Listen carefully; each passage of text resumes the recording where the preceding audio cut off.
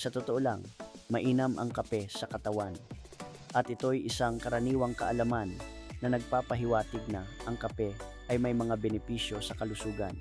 At ito ang mga benepisyo ng kape sa katawan. Una, pinapataas ang enerhiya. Ang caffeine sa kape ay isang stimulant na nagpapabilis ng metabolismo at nagpapabuti ng mental na alertness at konsentrasyon. Pangalawa, nagpapabuti ng pagganap sa sports. Ang caffeine ay maaaring makatulong na mapabuti ang pagganap sa pisikal na aktibidad sa pamamagitan ng pagpapababa ng perceived exertion at pagpapalakas ng endurance. Pangatlo, nagpapababa ng panganib ng ilang sakit.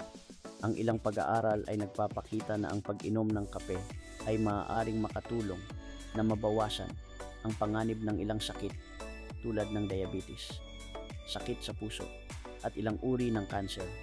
Pang-apat, nagpapabuti ng mood.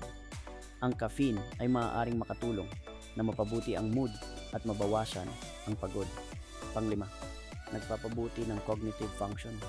Ang caffeine ay maaaring makatulong na mapabuti ang memorya, konsentrasyon, at oras ng reaksyon. Ako po si Brother Chris at nag-search po ako about sa kahalagahan ng pag-inom ng kape. Mahalagang tandaan na ang pag-inom ng kape ay mayroon ding ilang mga negatibong epekto. Ang sobrang pag-inom ng kape ay maaaring magdulot ng pagkabalisa, insomnia, pagtatae, at iba pang mga problema sa kalusugan.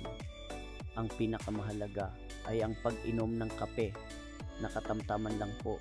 Ang inirekomendang dami ng kape para sa mga matatanda ay 400 milligrams ng caffeine kada araw o humigit kumulang sa 4 na tasa na Waha kape at Bay coffee.